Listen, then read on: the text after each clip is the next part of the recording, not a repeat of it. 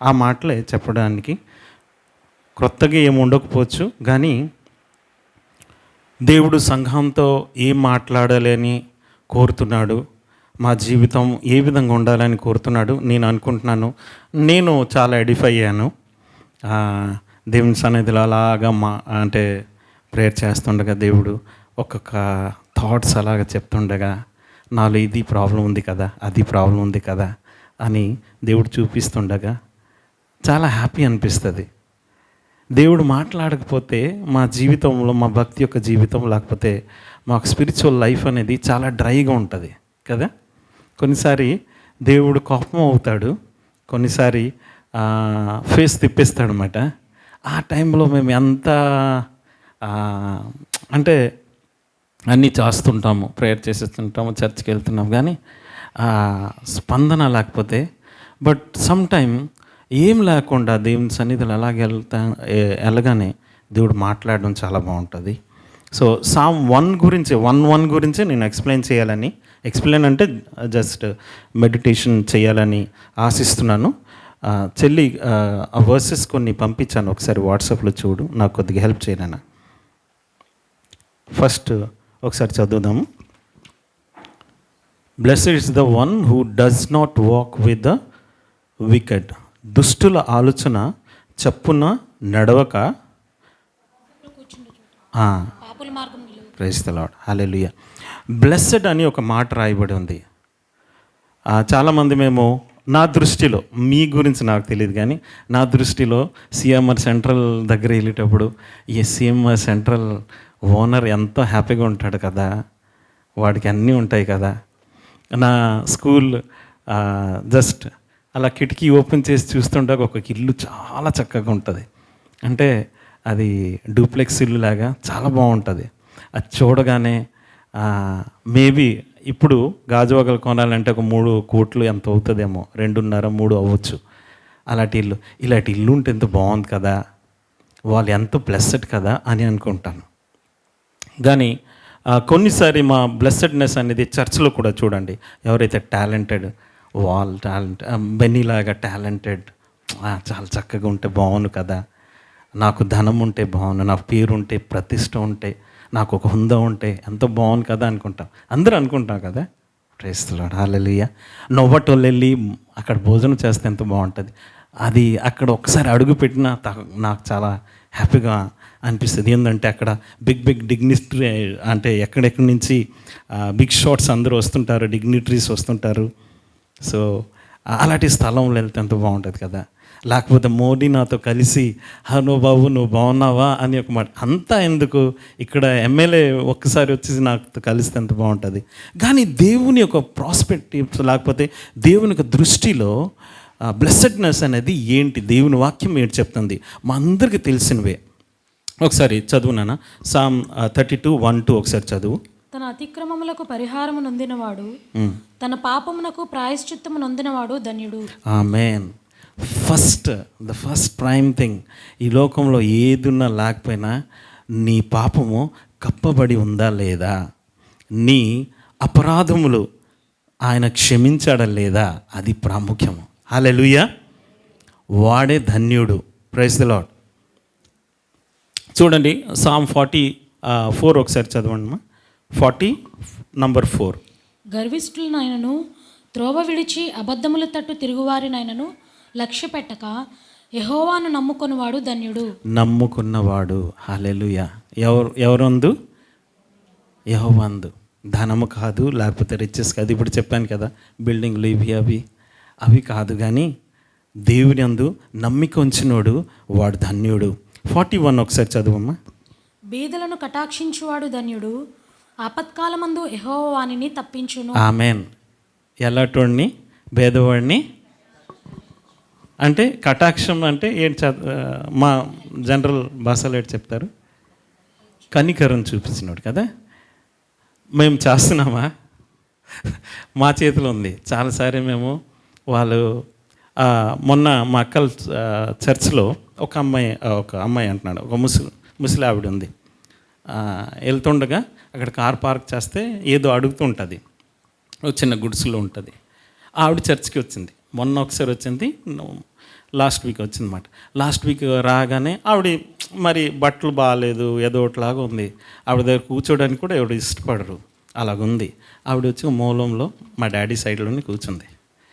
అయితే మా డాడీ దండం పెట్టారు కానీ ఆవిడకి అర్థం కాలేదు. కానీ చర్చ్లో ఎవరు ఒకరు నేను గమనిస్తున్నారు, ఎవరైనా వెళ్ళేసి ప్రైజ్ ది లార్డ్ అని చెప్తారా అని. ఎవరు చెప్పారో లేదో తెలియదు కానీ నేను చూసేటప్పుడు ఎవరు ఆవిడని పలకరించలేదు. అట్లీస్ట్ మేము సహాయం చేయకపోయినా చర్చ్లో ఒకరు బాధలతో వచ్చేటప్పుడు నువ్వు పట్టించుకుంటున్నావా, నువ్వు పట్టించుకుంటే నువ్వేంటి, ఆమేన్, హల్లెలూయా. మేము పెద్దోళ్ళు వస్తే వాళ్ళ దగ్గర సపోజ్ ఓకే ఒక రాజకీయ నాయకుడు కాకపోవచ్చు, ఒక పెద్ద పాస్టర్ గారు వచ్చారనుకోండి, ఎలాగంటది వెంటనే వెళ్ళి ప్రేయర్ చేయించుకోవాలి, వెళ్ళి ఆయనతో ఫోటో తీసుకోవాలి. మొన్న వెళ్ళి శేఖర్ అన్న వాళ్ళతో కలిసేటప్పుడు ఒక్క స్నాప్ తీసుకుంటే ఎంతో బాగుందని ఆశపడ్డాను. సో అది ఉంటుంది.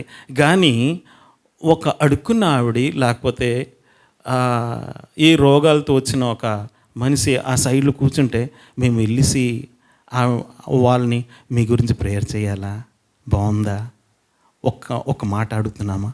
If we're doing that we're really blessed. Amen, hallelujah. అప్పుడు మేము ధన్యులమే. ఆమెన్, హల్లెలూయా. మా బాధలే మాకు ఉంటుంది. ఈ ప్రపంచమంతా నాదే, నా తప్ప ఇంకా ఎవరు కాదు. నాలాంటి కోట్ల మనుషులు ఉన్నారు, నాకన్నా ఇంకా ఘోరమైన పరిస్థితులు. వాళ్ళ గురించి ఒకసారి జస్ట్ ఏం లేదు, హాయ్ బాగున్నారండి, చాలు, ప్రైజ్ ది లార్డ్, హల్లెలూయా. అప్పుడు దేవుని దృష్టిలో అవి చాలా ఘనమైనదే ఉంటుంది. హల్లెలూయా, ప్రైజ్ ది లార్డ్. సామ్ 65:4 ఒకసారి చదువు నాన్న. నీ ఆవరణములలో నివసించున్నట్లు నీవు ఏర్పరచుకొని చేర్చుకున్నవాడు ధన్యుడు. ఆమేన్, హల్లెలూయా. ఎవరైతే దేవుని సన్నిధిలోకి వెళ్తాడు, ఇష్టపడతాడు, దేవుని సన్నిధిలో వెళ్ళడానికి ఎప్పుడు కూడా ఎస్ ఐఎమ్ రెడీ అంటాడు, అలాంటోడు ఏంటి, ధన్యుడు.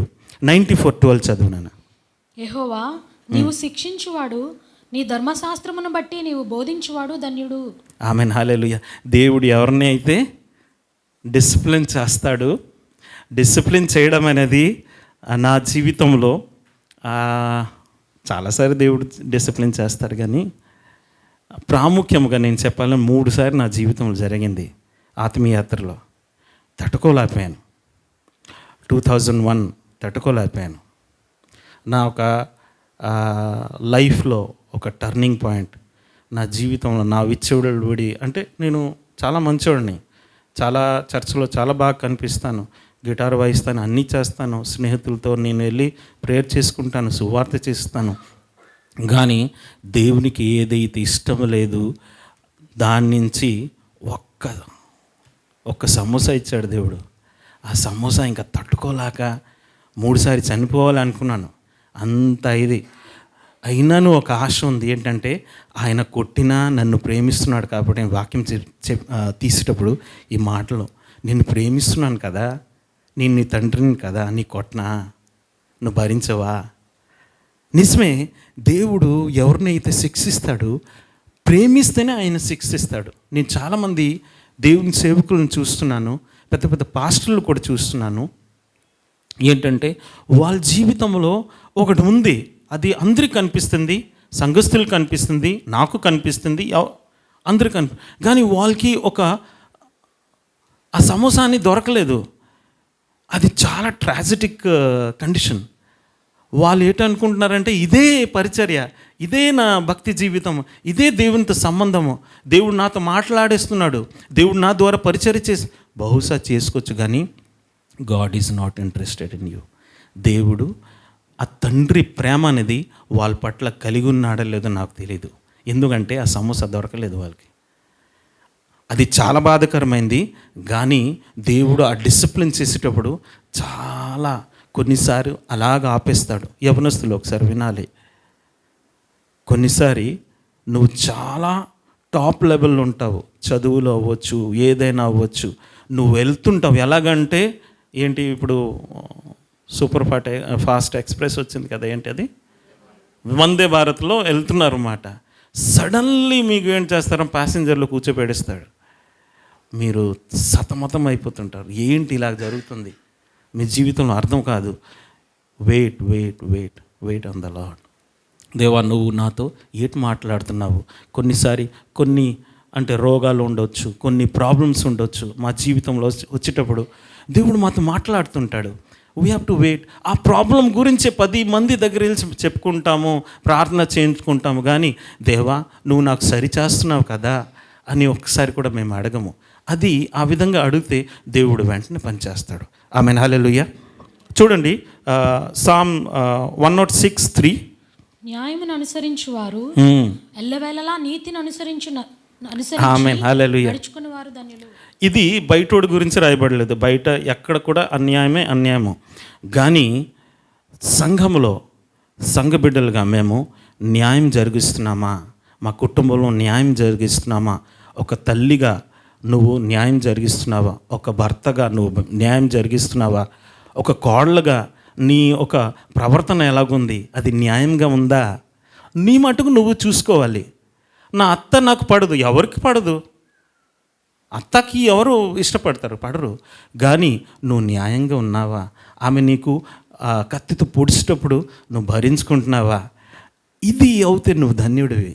లేకపోతే యు ఆర్ నార్మల్ గాయ్. నువ్వు విశ్వాసియే కానీ normal, okay, general common person. కానీ whenever you maintain justice and practise righteousness and drive ఉంది. ప్రాక్టీస్ అంటే ఏంటి తెలుగులో నాన్న? అక్కడ వాక్యం లేటర్ రాయబడింది అనుసరం. అది ప్రాక్టీస్ అనేది చేయకపోతే అవదు. ఆయనతో బ్రతకాలంటే చాలా కష్టం. నా స్నేహితుడితో, ఎందుకంటే ఆయనతో ఉండాలని చాలా క్రమశిక్షణ కావాలి. నా లైఫ్ ఏమో చాలా విచిత్రంగా ఉంటుంది. ఆయనతో నేను పడుకున్నా లేకపోతే ఎక్కడ వెళ్ళినా ఆ టైంగానే ఉటోజీ అంటారు. ఇది ఏం బాధ. క్రమశిక్షణ, ప్రాక్టీస్, అది ప్రాక్టీస్ చేయాలి. అలా చేస్తుండగా అలవాటు అవుతుంది. ఇలా మాట్లాడకూడదు, ఫుల్ షర్ట్ వేసుకోవాలి అన్నారు, ఫుల్ షర్ట్ వేసుకున్నాను. హల్లెలూయా. ప్రాక్టీస్. ఇంతకుముందు ఫుల్ షర్ట్ వేసుకోబడిని, యంగ్గా ఉండేవాడిని కాబట్టి ఫుల్ షర్ట్ వేసుకుంటే నాకు హ్యాపీగా ఉండేది. ఇప్పుడు నాకు ఫుల్ షర్ట్ వేసుకోవాలని లేదు. నా భార్య చెప్పింది ఏంటంటే హాఫ్ షర్టే మీకు బాగుంది. ఓకే, నాకు పర్మిషన్ దొరికిపోయింది. అదే నాకు ఇది హాఫ్ షర్ట్ మొత్తం కొనిసారు. ఇంకా ఫుల్ షర్ట్ లేదు, 1-2 ఉన్నాయి. ఫుల్ షర్ట్ అన్నారు, సో వేసుకోవాలి. సో దీస్ ఆల్ థింగ్స్ కొన్నిసారి భార్యగా భర్తకి ప్రాక్టీస్ చేయిస్తుండాలి, భర్త భార్యకి ప్రాక్టీస్ చేయిస్తుండాలి, తల్లి కొడుకుకి, కొడుకు తల్లికి, సంఘము ఆ విధంగా అభివృద్ధి చేస్తూ ఉండాలి. Maintain justice. యథార్థతతో ఉన్నావా? ఫస్ట్ ఆఫ్ ఆల్ నువ్వు ప్రాక్టీస్ చేస్తున్నావు. ప్రాక్టీస్ అనగా ఎవరికి నచ్చింది ప్రాక్టీస్. కీబోర్డ్ వాయించాలంటే వినడానికి చాలా బాగుంటుంది, కానీ వాయించినోడికి తెలుసు ఎంత టెన్షన్ ఉంటుంది. ఒక అరగంట అక్కడ బెన్ని ఉంటాడు, కానీ చెమట అలాగ దిగిపోతుంది. ఏసీ ఉన్న బెన్ని చెమట అలాగ వస్తుంటాడు, ఇలా తుడుచుకుంటాడు. అంటే అంత టెన్షన్, అది ప్రాక్టీస్. ఆమెన్, హల్లెలూయా. చెల్లి ఒక్కొక్కసారి గొంతుకు బాగాలేదు, హై ఎత్తాలి అంటే ఎంతో కష్టంగా ఉంటుంది. ఆమె ఒక ఫీలింగ్ నాకు తెలుస్తుంది, ఎందుకంటే నేను పాడుతుంటాను కొద్దిగా ఇటు అటు, ఇది అయినా నాకు తెలుసు కాబట్టి. సో ఆమె ఎంతో కష్టపడి, అది ప్రాక్టీస్. కష్టమైన నష్టమైన ప్రాక్టీస్ చేసుకోవడం. సామ్ 119:1-2 ఒకసారి చదువునాను. యెహోవా ధర్మశాస్త్రమును అనుసరించి నిర్దోషముగా నడుచుకుని వారు ధన్యులు. నిర్దోషముగా, undefiled. Hallelujah, praise the lord. దేవుని కృప దేని నిమిత్తం ఇవ్వబడింది అంటే, నేను ఇంతకుముందు అనుకునేవాడిని యవనవస్థ, నేను చాలా సంవత్సరం తర్వాత కూడా నాకు అవగాహన లేదు. ఏంటంటే పాపం చేయడం చిన్నది, ఏమైనా ఇది అయిపోయింది అనుకోండి, పెద్ద పాపం కాదు కదా, దేవా నీ కృప చేయి అని. అది కాదు. కృప దేని గురించి ఇవ్వబడింది? కృప దేని గురించి ఇవ్వబడింది అంటే నువ్వు చేయలేంది చేయడానికి ఇవ్వబడింది. చెప్దాం ఒకసారి. కృప నాకు ఏదైతే నేను చేయలేను అది చేయడానికి ఇవ్వబడింది. ఆమెన్, హల్లెలూయా. నీకు వెంటనే కోపం సక్కమని వస్తుంది అనుకోండి, కృప నీకు అది తగ్గించడానికి ఇవ్వబడింది. నువ్వు తెలుసుకోవాలి, నాకు కోపం ఎక్కువ ఉంది. అది డంబముగా కొంతమంది, నేను చాలా రోషంగా ఉంటానండి, కోపము నాకు చాలా కోపము, ఆయన కూడా చాలా కోపం. మేము ఎలాగ కోపంగా ఉండేవాడి అంటే బయటికి ఇద్దరు కలిస్తేనే స్పిరిచువల్ అయిపోయేవారు. ఆయన సంగతి వదలండి, ఆయన స్పిరిచువల్గా ఉండేవారు. నా సంగతి నుంచి నా కోపం చాలా ఎక్కువ. నేను నలుగురిలో నేను చాలా అంటే చిన్నోడిని, కానీ నేను ఏమైనా స్టార్ట్ చేస్తే మా ఇంట్లో అన్నీ ఎన్వైర్న్మెంట్ మొత్తం మారిపోద్ది. ఈవెన్ మా అన్నయ్య కూడా నాకు జడుస్తాడు. అంత ఇది మాట, స్టబన్నెస్ మాట. వీడితో పెట్టుకుంటే చాలా గందరగోళం, వీడికి టచ్ చేయకూడదని. మా అక్కలు ఉండేవారు, వీడికి టచ్ చేయకూడదని. వాళ్ళు తెలుసు, వాళ్ళకి కూడా కోపమే, కానీ వాళ్ళు నాకు టచ్ చేయరు, అలాంటి మాట. సో నాకు తెలియాలి ఏంటంటే ఇది నా ప్రాబ్లం ఉంది, నాకు క్యాన్సర్ అనేది కాల్లో ఉంది. నేను చెయ్యి కడిగితే సరిపోదు, కాలికి కడిగి ఆ క్యాన్సర్ నుంచి విడుదల పొందుకోవాలి. Amen, hallelujah, praise the lord. So ఒక పాపం అనేది ఎలాంటిది అంటే మేము కొన్నిసారి అది ఉన్నా మాకు తెలీదు, ఇది ఉంది కదా పర్లేదులే అని అనుకోవడానికి లేదు. దాని నుంచి దేవుడు కృప ఇస్తున్నాడు. కాబట్టి నేను అన్డిఫైల్డ్గా ఉండాలి. And walk in the law అని ఉంది. వాక్ ఇన్ ద లా అంటే తెలుగులో ఆమేన్, హల్లెలూయా. ధర్మశాస్త్రం ఏది చెప్తుంది ఆ విధంగా నేను ఉండడానికి కృప నాకు నడిపిస్తుంది. కృప నాకు ఏం చేస్తుంది? ఆమేన్, హల్లెలూయా. నువ్వు కాలేజ్కి వెళ్తావు, అక్కడ ధర్మశాస్త్రం నీకు హెల్ప్ చేస్తుందో, ఇహలోకపు ఏ ఆశల కోరికలు లేకుండా కూడా నువ్వు ఆ విధంగా ఖచ్చితంగా దేవుని గురించి ఒక ప్రత్యేకమైన ఒక ఇన్స్ట్రుమెంట్గా ఆ స్థలంలో ఉండడానికి దేవుడు నీకు కృప ఇస్తాడు. నువ్వు వాళ్ళతో కలిసిపోతే తర్వాత వచ్చేసి దేవా నీ కృపతో నాకు క్షమించు, నా ఇలాగ వెళ్ళాను అలా చేస్తాను అని చెప్పడం అది దేవునికి ఇష్టం లేదు. కానీ కృప టైం అయిపోయిందా? Okay, sorry. ఇప్పటికి బ్యాక్ సైడ్ సారీ 128 ఒకసారి చదవండి. యెహోవా యందు భయభక్తులు కలిగి ఆయన త్రోవల యందు నడుచు వారందరూ ధన్యులు. ఆమేన్, హల్లెలూయా. ఫస్ట్ ద ప్రైమ్ థింగ్, భయము లేకపోతే దేవుని అందు ఏది కూడా లేదు. దేవుని అందు మేము భయము కలిగి ఎలాగా దేవుని యొక్క మార్గంలో నడవాలి. ఆమేన్, హల్లెలూయా. ఇప్పుడు వరకు బ్లెస్సెడ్నెస్ గురించి మీకు చెప్పాను. Who is blessed? ఇక్కడ చూడండి, దుష్టుల ఆలోచన దాని గురించి చెప్పాలనుకుంటున్నాను. ప్రావర్బ్స్ 4:14 కొద్దిగా త్వరగా చేయనా, నేను ఇంకా ఎగ్జాంపుల్స్ ఏమి ఇవ్వకుండా డైరెక్ట్ వెళ్ళిపోతాను. ఆయన నాకు బోధించుచు నాతో ఇట్లా, నేను నీ హృదయం పట్టుదలతో నా మాటలను పట్టుకొననిమ్ము, నా ఆజ్ఞలను గైకొని నేడలా నీవు బ్రతుకుదువు.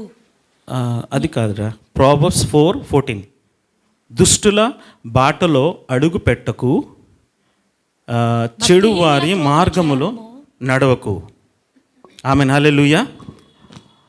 దుష్టుల బాటలో మేము ఎప్పుడు కూడా అడుగు పెట్టకూడదు. ఆమేన్, హల్లెలూయా. ఫ్రెండ్స్ ఉంటారు, కానీ కొన్నిసారి వాళ్ళు చెడు ఏమైనా చేస్తున్నారంటే సైడ్ అయిపోవడమే జ్ఞానము కలిగిన ఒక విధి, లేకపోతే ఒక పని. సామ్ 19:101 ఒకసారి చదువమ్మా. నీ మాటను పాటించుటకును ప్రతి చెడు మార్గము నుండి నా పాదములను తప్పించుకున్నాను. ఆమేన్, హల్లెలూయా. ముందే జాగ్రత్త పడడం ఇది. హల్లెలూయా. ఆయన మాట గురించి దుష్టుల ఆలోచన అనగా ఎక్కడి నుంచి దుష్టుల ఆలోచన వచ్చిందంటే దుష్టుడు నుంచి వచ్చింది. దుష్టుడు ఎక్కడి నుంచి వచ్చాడు? జాన్ 8:44 ఒకసారి చదువమ్మా. దుష్టత్వం అనేది ఎలాగా వచ్చింది? వాడు తెలుగులో చదవలేదు. మీ తండ్రి యగు అపవాది సంబంధులు మీ తండ్రి దురాశలు నెరవేర్చగోరుచున్నారు. ఆది నుండి వాడు నరహంతకుడై ఉండి సత్యమందు నిలిచినవాడు కాడు, వాని యందు సత్యమే లేదు. వాడు అబద్ధమాడునప్పుడు తన స్వభావం అనుసరించి మాట్లాడును. వాడు అబద్ధికుడగును, అబద్ధమునకు జనకుడై ఉన్నాడు. ఆమేన్, హల్లెలూయా. దుష్టుడు ఒక పని ఏంటంటే, దుష్టత్వం అనగా ఏంటంటే స్వచిత్తము. సాతానుడు అంతవరకు, సాతానుకి దేని గురించి, లూసిఫర్కి దేని గురించి తయారు చేశారు దేవుడు, సృష్టించాడు? ఎందుకు దేవుడు సృష్టించారు? తన నిమిత్తము. ఆయన ఒక ఏంజల్. ఆయన పని ఏంటంటే దేవుని గురించి, దేవునికి ఆరాధన చేయడానికి ఆయన సృష్టింపబడ్డారు. కానీ ఆయన ఏంటనుకున్నారు?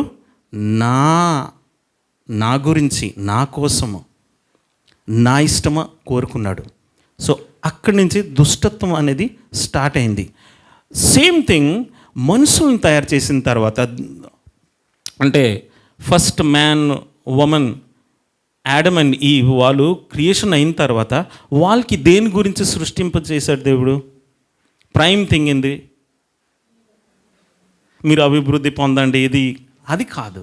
ఫస్ట్ నా గురించి, ఆయన గురించి ఆయన సృష్టించారు. తర్వాత అన్నీ ఉన్నాయి. So the same thing, A strategy అయితే సాతానుడు ముందు చేశాడు కదా, సేమ్ థింగ్ మనుషుల జీవితంలో కూడా అది జరిగింది. ఏంటంటే eating fruit is not a sin.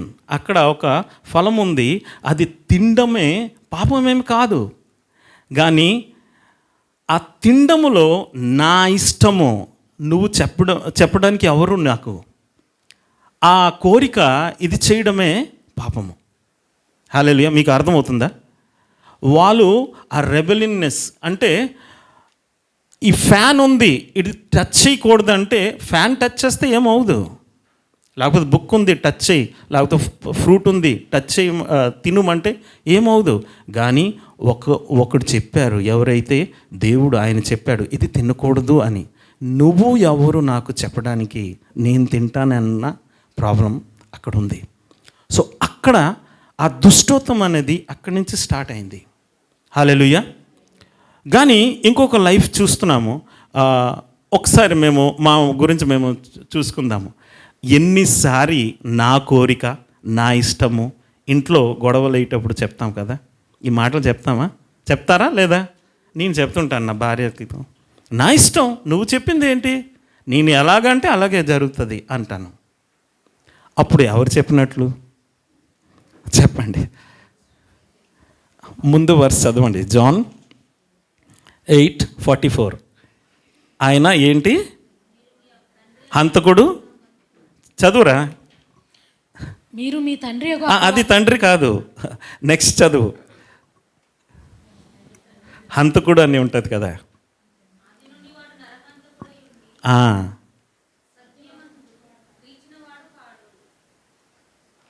So ఎప్పుడైతే మేము ఈ మాటలు చెప్తున్నామే, ఎవరు మాటలు చెప్పినట్లు? సాతాను మాటలు చెప్పినట్లు. మా ఇష్టాలు కోరికలు కాదు, ప్రతి ఒక్కరితో లోబడ్డానికి మేము, అంటే ఇంట్లో ఉన్నామనుకోండి, ఇంట్లో ఒకరి గురించి ఒకరు మేము పట్టించుకోవడం ఫస్ట్ నేర్చుకోవాలి. హల్లెలూయా. చూడండి ఇక్కడ జాన్ ఒకసారి 4:34 ఒకసారి చదువమ్మా. యేసు వారిని చూచి, నన్ను పంపిన వాని చిత్తం నెరవేర్చుటయు ఆయన పని తుదముట్టించుటయు నాకు ఆహారమై ఉన్నది. ఆమేన్. ఆయన ఆహారం ఏంటై ఉంది? ఆయన చిత్తమే. తండ్రికి ఎలాగా లోబడుతున్నారు? హీబ్రూ 10:9 ఒకసారి చదవమ్మా.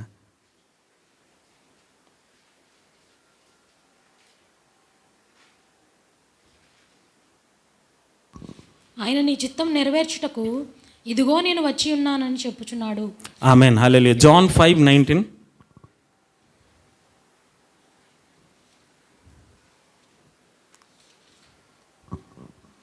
కాబట్టి యేసు వారికి ఇట్లు ప్రత్యుత్తరం ఇచ్చెను, తండ్రి ఏది చేయుట కుమారుడు చూచునో అదే కానీ తనంతట తాను ఏది చేయనేరడు. ఆమేన్. హల్లెలూయా. చూస్తున్నారా?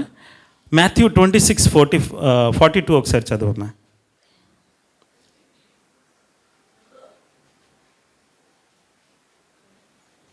ఈ మాట అయిపోయింది, సారీ.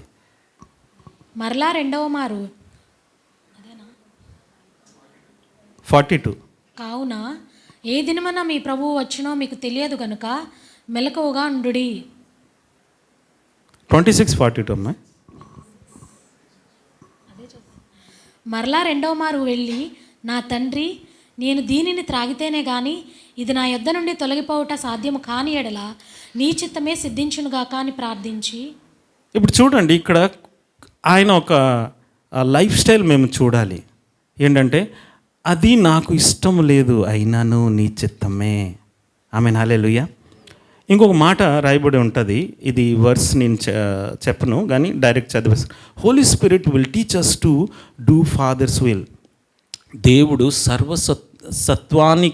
సత్యానికి ఆయన నడిపించాను. అంటే సర్వసత్వాన్ని అంటే దేవుని యొక్క తండ్రి యొక్క చిత్తం చేటే. ఆమేన్, హల్లెలూయా. అది ఎవరు చెప్తారంటే పరిశుద్ధాత్ముడు చెప్తాడు. యేసయ్య జీవితంలో మేము చెప్తున్న ప్రతి దానికి ఆయన లోబడుతున్నాడు. హోలీ స్పిరిట్ కూడా మాకు ఆ పని చేయడానికి చెప్తారు. అబ్రహాం జీవితంలో బలి ఇవ్వాలి అంటే అబ్రహాంకి ఎన్ని ఎక్స్క్యూజెస్ కదా. నేను అబ్రహాం అంటే వెంటనే రాజ్ కుమార్ తమ్ముడికి ఫోన్ చేసేస్తాను, తమ్ముడు రాత్రి అంతా నువ్వు ప్రార్థన చేయి, దేవుని కృపా కొరకు ప్రార్థన చేయి, నా ఇసాకు దేవుడు తీసుకోవాలనుకుంటున్నాడు, నేను ఇవ్వాలనుకోవట్లేదు, ఏదో విధంగా నువ్వు పట్టుకొని రాత్రి అంతా. నాకు తెలుసు రాజ్ కుమార్ ఏడుస్తూ ఏదో విధంగా ఒప్పిస్తాడనమాట. మీకు అర్థమవుతుందా? కానీ అబ్రహాం అలా చేయలేదు. ఆయన చిత్తానికి లోబడ్డాడు. అందుకే ఆయన తండ్రి పిలువడ్డాడు. దేనికి తండ్రి చెప్పాలి తెలుగులో? విశ్వాసులకు తండ్రి. దావీదు చూడండి, ఆయనకి ఛాన్స్ దొరికింది. శత్రువు వచ్చేసి పడుకొని ఉన్నాడు, వెళ్ళేసి ఒక్క కసక్మని వేస్తే అయిపోయాడు, ఇంకా సౌలు లైఫ్ ఎండ్. కానీ అభిషిక్తుడు నేను ముట్టకూడదని జస్ట్ ఆ అంగిని జస్ట్ కట్ చేసి ఇదిగో అని చెప్పాడు. అది మాకు సమర్పణ లైఫ్ అయి ఉండాలి. చూడండి, ఇది మాథ్యూ 8:1-3 ఒకసారి చదువునాన్న. సమయం చాలా ఎక్కువైంది, ఐఎమ్ సో సారీ. కానీ ఈ మాటలు అంటే మాకు అర్థమవుతే నిజమైన వర్షిప్ ఏంటి మాకు అర్థమవుతుంది అని నేను అనుకుంటున్నాను. ఆయన ఆ కొండ మీద నుండి దిగి వచ్చినప్పుడు బహు జనసమూహములు ఆయనను వెంబడించెను. ఇదిగో కుష్ఠరోగి వచ్చి ఆయనకు మ్రొక్కి, ప్రభువా నీకిష్టమైతే నన్ను శుద్ధునిగా చేయగలవనెను. అందుకు ఆయన చెయ్యి చాపి వాని ముట్టి, నాకిష్టమే, నీవు శుద్ధుడు కమ్మని చెప్పగా తక్షణమే వాని కుష్ఠరోగము శుద్ధి ఆయన. సింపుల్గా మేము చదువుతాము, అర్థం కాదు. సపోజ్ లెప్రసీ ఆ టైంలో ఎలాగుందంటే, కోవిడ్ టైంలో మాకు కోవిడ్ అయితే అలాగ ఉంటుంది ఆ పరిస్థితి. ఆయనకి ఫ్యామిలీ ఉండొచ్చు, పిల్లలు ఉండొచ్చు, భార్య ఉండొచ్చు, కానీ ఆయనకి ఒక లెప్రసీ ఒకటి అంటుకుంది కాబట్టి ఆయన ఎక్కడో ఒక దగ్గర ఉన్నారు. ఎవరితో క్వారంటైన్ అంటారు కదా, అలాగ లైఫ్ అయిపోయింది. సపోజ్ కేజీఎస్లో క్వారంటైన్ జోన్లో మీకు ఉంచారనుకోండి, సడన్లీ ఏసీ వచ్చేసి నీ కోరిక ఏంటి అంటే ఏంటి చెప్తారు? గెంతిసి ఇద్దే ఛాన్స్ రా బాబు, నాకు స్వస్థత పరిచి నా భార్య ఉంది, భర్త ఉన్నాడు, ఏదో ఒకటి చెప్పేసి మీరు బయటికి రావాలనుకోండి. ఒక్క రూమ్లో మీకు పడుకోబెట్టి ఉన్నారు, ఆ రూమ్లో ఎవరు వెళ్ళరు, ఆ రూమ్ కూడా మార్చరీ సైడ్లో ఉంది అనుకోండి, మీకు ఎలాగో ఉంటుంది ఆ టైంలో. మీరు అర్థం చేసుకోవాలి ఈ మనిషి యొక్క పరిస్థితి జీవితంలో, అలాంటి పరిస్థితి. That was the golden chance for him. ఇంకా డూ ఆర్ డై అన్నట్టు. యేసయ్య నా చిత్తము కాదని చెప్తే ఏటవుతాడు? కానీ చూడండి ఆయన ప్రార్థన ఈ విధంగా, నీ చిత్తమైతే నాకు స్వస్థత పరచు. That was the ultimate thing he has to get.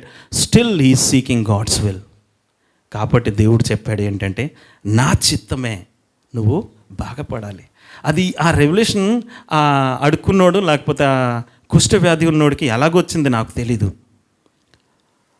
చూడండి, ఈ వర్షిప్ అనగా ఎలాగ మేము దేవుని సన్నిధిలో వస్తున్నాం కదా, నేను అని ఒక బిగ్ ఓషన్ ఉంది. అంటే నేను ఒక మహాసాగర్ని. ఆ మహాసాగర్ ఏంటవ్వాలి? వర్షిప్ అనే స్థలంలో ఫుల్ డ్రై అయిపోవాలి, ఒక్క చుక్క కూడా ఉండకూడదు. అక్కడ ఒక చిన్న బ్రూక్ ఏంటి చెప్తారు జీ తెలుగులో? స్ట్రీమ్ జీవపు ఊట అనే ఒక క్రీస్తు, ఒక చిన్న జీవపు ఊట ఆ ఎడారిలో బయలుదేరుట, అంటే బయటికి రావడమే వర్షిప్ అయింది. నేను పూర్తిగా చనిపోవడం, ఆయన రావడం అనేది వర్షిప్ అయింది. Worship is a place where I die and he live in me. Amen, hallelujah. దేవుడు మాకు వర్షిప్ ఎలాంటి ఒక అనుభూతి అయి ఉండాలంటే, మేము ఇక్కడ వర్షిప్లో అడుగు పెట్టేటప్పుడు దేవుడు సమస్తమే ఉండాలి. మాకు బాధలు ఉండొచ్చు, కష్టాలు ఉండొచ్చు, కానీ అన్నీ మర్చిపోయి పక్కన పెట్టి, Lord you are ultimate to me. Hallelujah. Bathsheba ఆవిడ పేరు ఏంటి? దావీదు ఇది చేసుకున్నారు కదా, బెత్షెబా కదా. సో ఆమె ఆప్షన్ ఉంది, నా భర్త ఉన్నాడు, నేను ఒక స్త్రీని, అన్ని ఆప్షన్ ఉంది. కానీ రాజు కోరుకున్నాడు, ఆ రాజు దుర్మార్గుడైన నేను రాజు కింద రావాల్సిన ప్రాబ్లమ్స్ ఎన్నో ఉన్నా విడిచిపెట్టింది. అంటే వేరే విధంగా ఆ సినారియో ఉంది, కానీ ఒక సమర్పణ. ఈ రాజు చాలా మంచి రాజు, ఈ రాజు చాలా పరిశుద్ధుడు, దేవుని సన్నిధిలో వచ్చేటోడు మా సమస్తము మా ప్రతి ఒక్క ఏదైతే అబ్స్టకల్స్ ఉన్నాయి, నా కోరికలు అవ్వచ్చు, నా ఇష్టాలు అవ్వచ్చు, ప్రతిదీ విడిచి అది నలిఫై చేసి అది బలి ఇచ్చి దేవుని సన్నిధిలో వస్తే దేవుడు ఎంతో సంతోషిస్తాడు.